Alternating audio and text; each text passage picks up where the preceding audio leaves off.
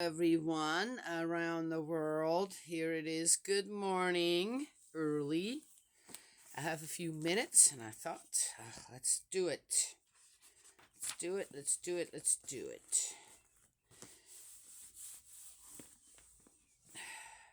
We had a big storm come through here yesterday, not last night, the night before last. And it was kind of a test to see how the porch would hold up in the way that it has been constructed now. Before, a storm like that with the rain, the amount of rain, the whole porch underneath, even though it's covered, it would be wet. Everything would just be wet. Nothing was wet. It works. It works, and the there's only so much height on the walls around it because they want to put screen, and I thought, well, I wonder if that's going to make any difference. It did. So we're good.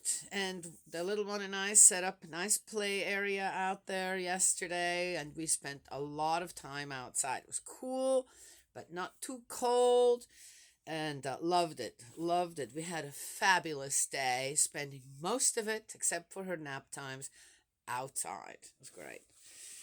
Ah, the beautiful outdoors. There is something about that. There just is. So I suggest to people, by the way, cholesterol, vitamin D controls the amount of cholesterol or whatever. It's a very interesting process. I can't remember everything of it, but cholesterol is not a problem for people who spend time in the sun. Just saying.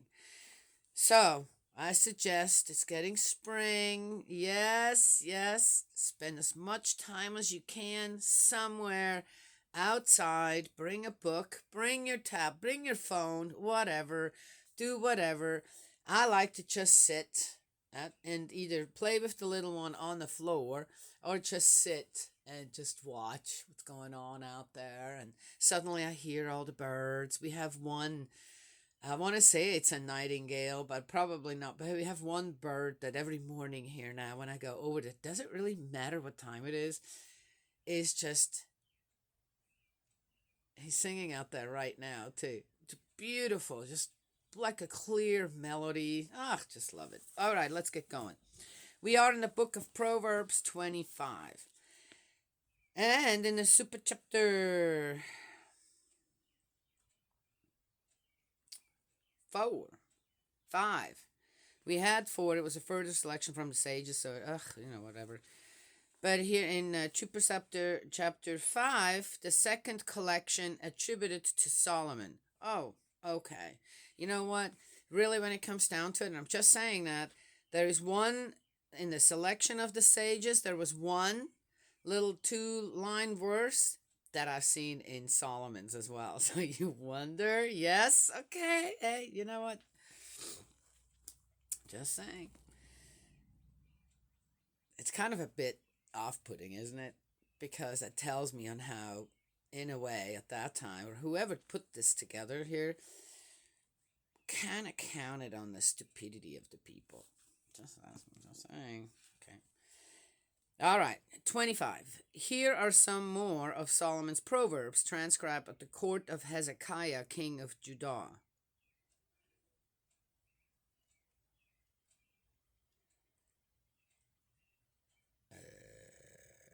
That already sounds odd. Why would they be transcribed at the court of Hezekiah, king of Judah? You know what? To conceal a matter, this is the glory of God.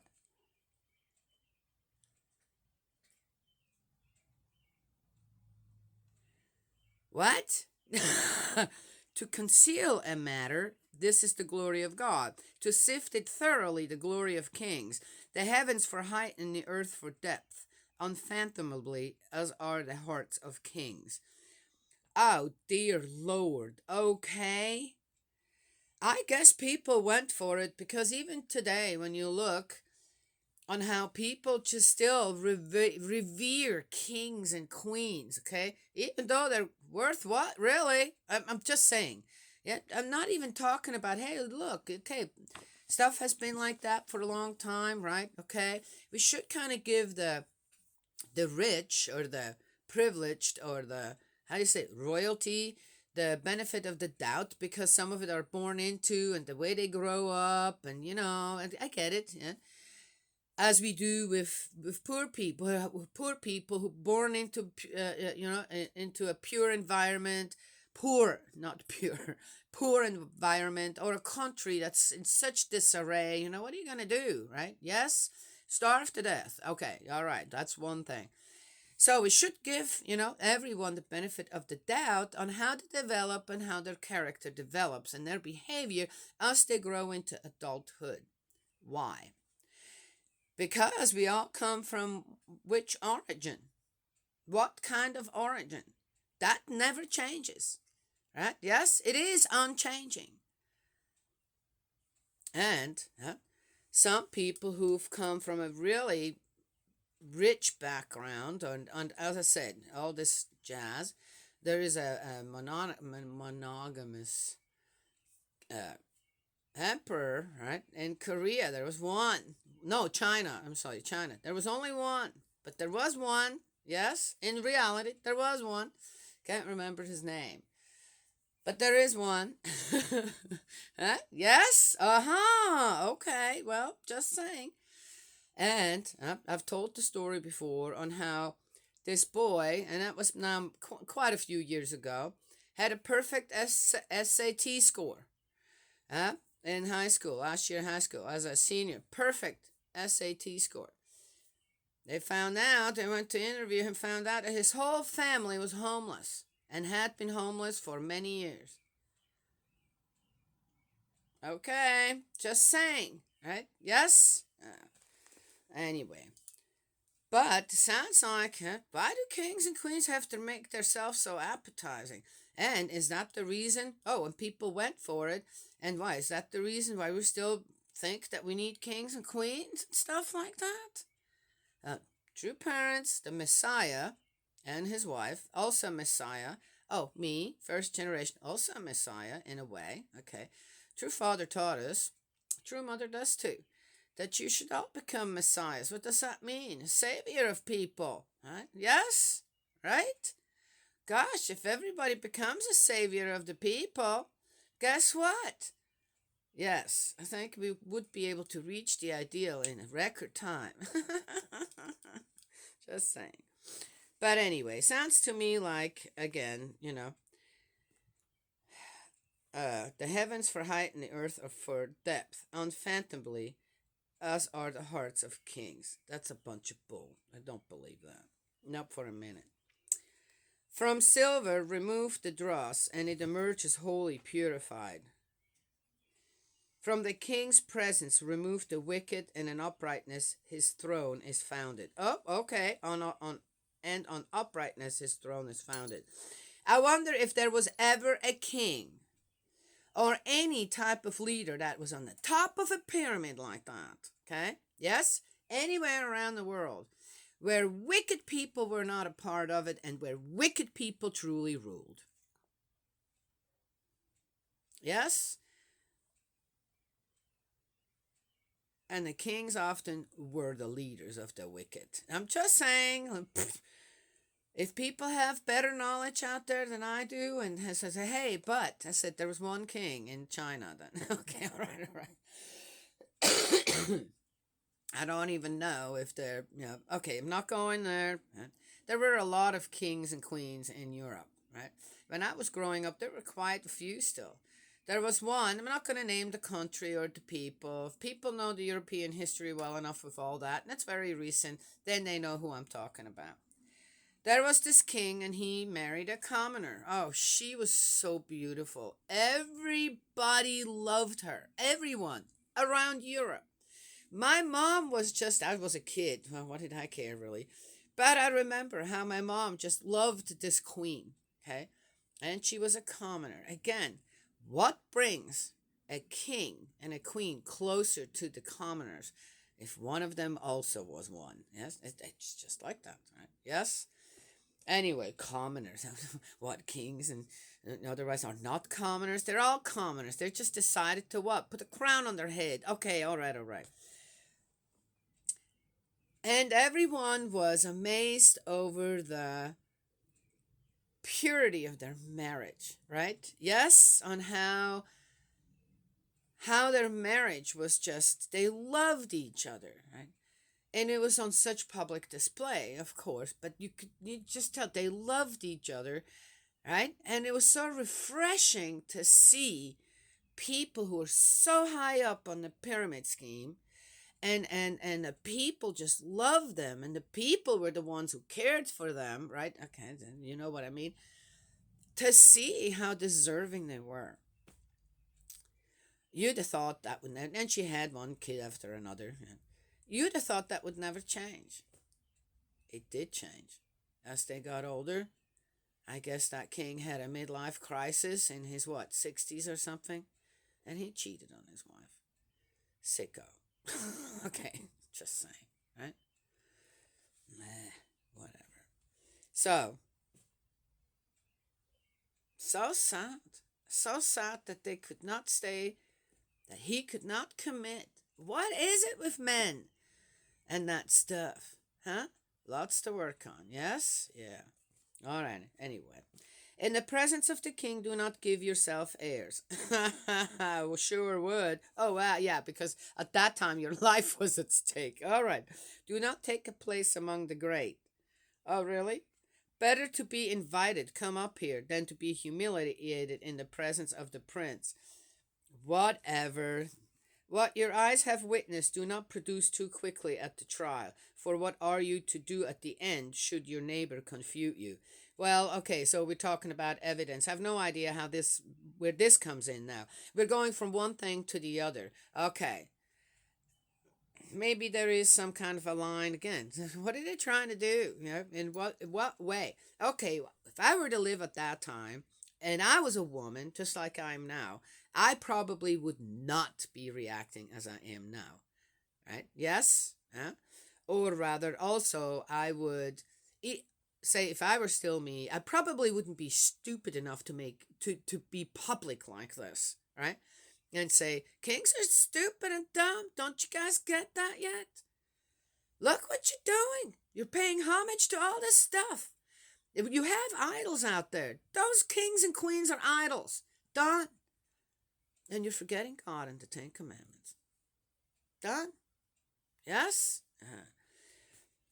But at that time, that would have cost me my head, right? Which, burner on the stake. But what does it say here? For what are you to at the end? Should your neighbor confute you? I wouldn't. You as a commoner better be careful that you have some evidence. When it comes to the higher ups, they don't need none. They don't need none if they're wrong, and they don't need and they don't have to acknowledge the evidence of the ones that are right. If it serves them, they're going to do whatever they want. It's still today like that. Tell me I'm not right. Just tell me. I'm happy to listen. And that's most likely what I will do. I will listen. I'm not going to go and have no confrontational stuff going on in the comments. I'll listen. And then I'll go and study up on it. Probably we'll talk about it in the next video. Have to quarrel out with your neighbor, but do not disclose another secret. For fear your listener put you to shame and the loss of repute be irremediable.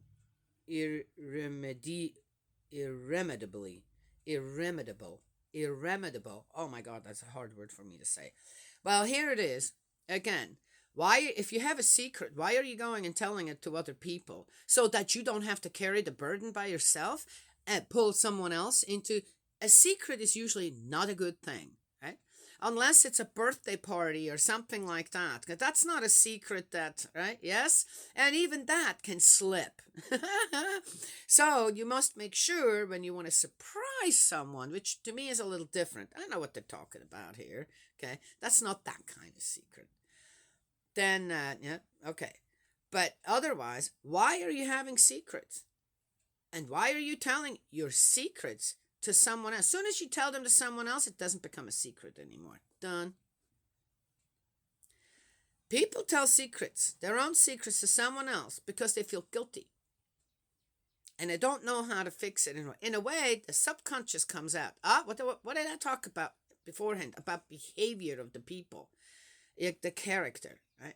Does it have anything to do with your background? Because everyone has what? Is born with what? The exact same thing. The origin. The image of God. Yes, we're all created in the image of God. All of us. Every one of us. Yes? True. Okay. Anyway, so again, if you have secrets, keep them to yourself. I don't want to be a part of it. When people say, hey, can I tell you something, but you can't tell anybody else? I said, no, I don't want to hear it. Well, I said, no. I said, I can't promise it's not going to slip out while I'm talking about something, this or that, and use you as an example, right? Because of your horrible secret. I don't want to be a part of that. That's how people make other people a part of their sin. Hey, you have got to keep this a secret. No, I'm not going to do that. Go and tell that to someone else. I don't want to hear it. Unless you're ready to restore, fix whatever it is that you need to keep a secret, then I'll be a part of it. Yeah, see what I'm saying? Okay. So, where does this come in? Again, this is keeping sin alive. This whole thing has been doing nothing but keeping sin alive. Everything we read so far from 25 all the way down. Tell me I'm wrong. Like apples of gold inlaid with silver is a word that is aptly spoken. A golden ring, an ornament of finest gold, is a wise rebuke to an attentive ear. The coolness of snow in harvest, such is a trustworthy messenger to those who send him. He revives the soul of his master.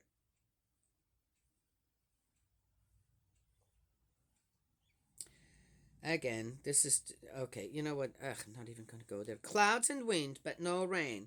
Such is anyone whose promises are princely, but never kept. Princely.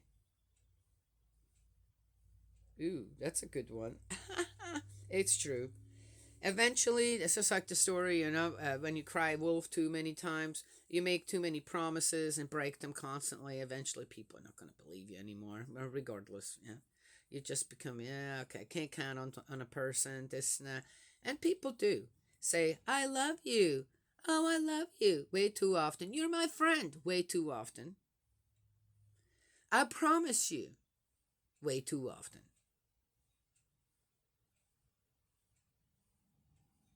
To still be believed. Just saying.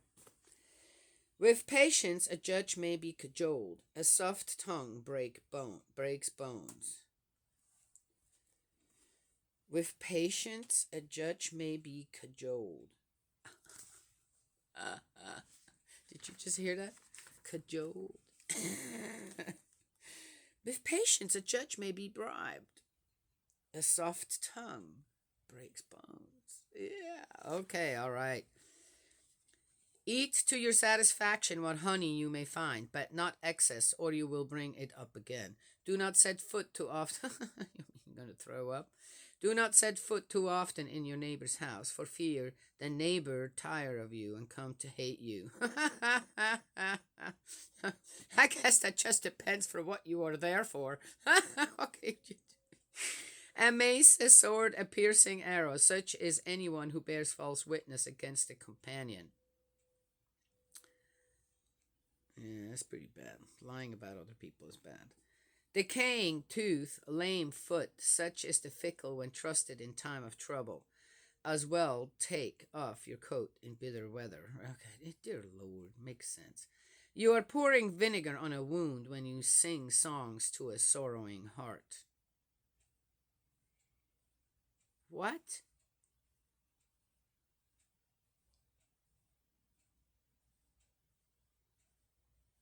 Oh, that's just weird.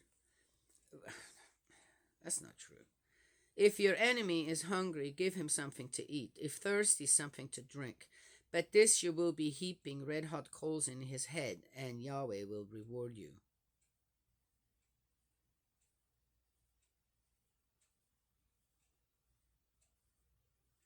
Okay, I got it. I got to read this one more time. That would whoop in one ear and one out the other, and then had to think. If your enemy is hungry, give him something to eat. If thirsty, something to drink. By this you will be heaping red hot coals in his head, and Yahweh will reward you. Okay.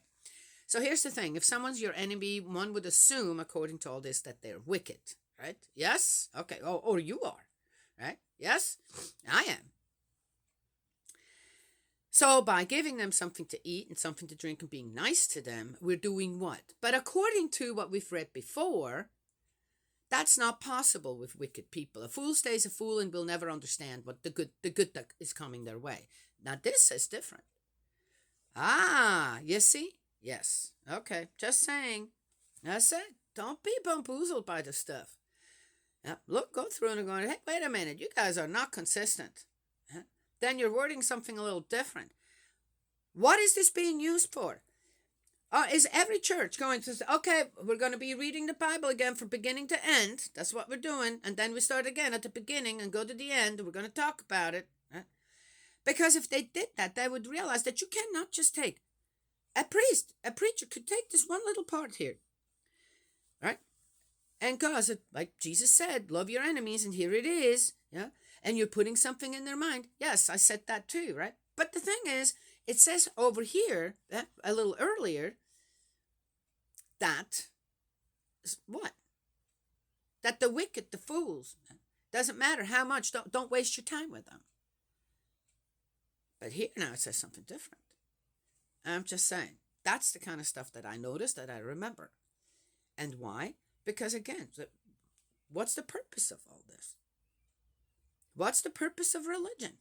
Tell me. What's the purpose of priests and preachers? They've studied all this. They should know this.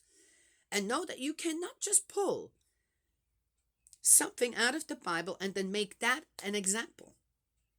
You can't do that because of the inconsistencies.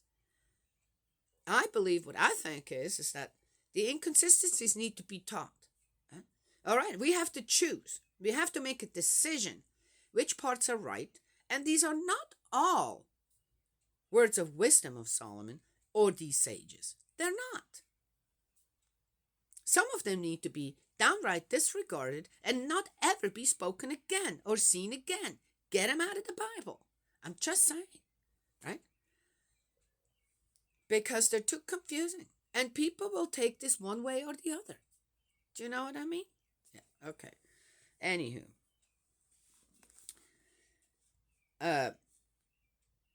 I do like this one, actually. I don't want to put heaping red hot coals in someone's head. I don't think, because earlier we read something with patience a judge may be cajoled. A soft tongue breaks bones. I think sometimes I like the idea of just planting a seed in someone and then let them water it. I might have to come water it here and there if it is required, if it is wanted, if my help is needed. But one can plant a seed and then hope that it'll start to grow. Not because of me or other people, because of the person herself. Because something's been planted and something is ready to be watered, nurtured from their own within to start to grow. Yes? Okay. Hopefully something good. All right. Oh, dear Lord, let's get done. The north wind begets the rain, and a backbiting tongue black looks. Better the corner of a roof to live on than a house shared with a quarrelsome woman. Here's the same one again. We've read this one, what? About 4 times now. I'd say 4 times. Maybe more. It wasn't 3. It's at least 4 times now. Or more. Cold water to a thirsty throat. Such is good news from a distant land.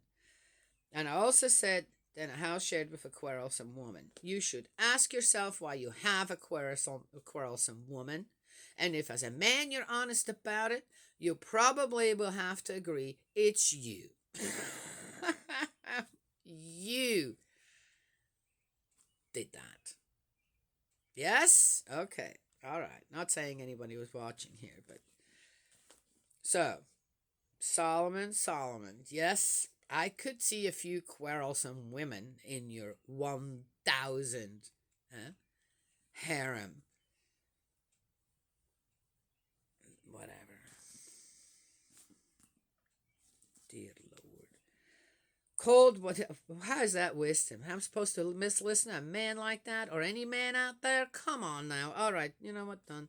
Cold water to a thirsty throat. Such is good news from a distant land. Well, I have. Yeah, that's true. Yeah, okay. I have this. No news is good news, and bad news can wait. Makes no difference. A churned up spring, a fountain fouled, such is the upright person trembling before the wicked.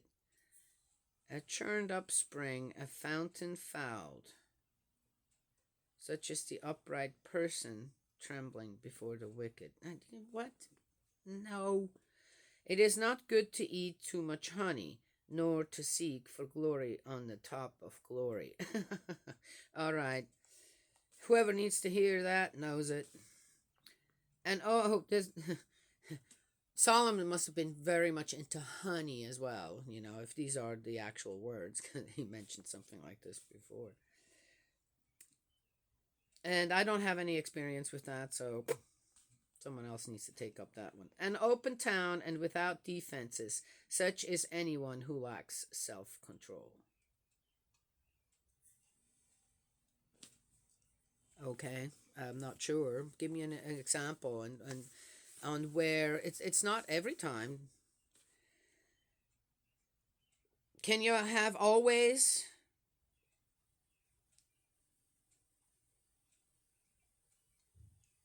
Okay, you know what? Not gonna go there. It takes too long. I gotta go over to the house.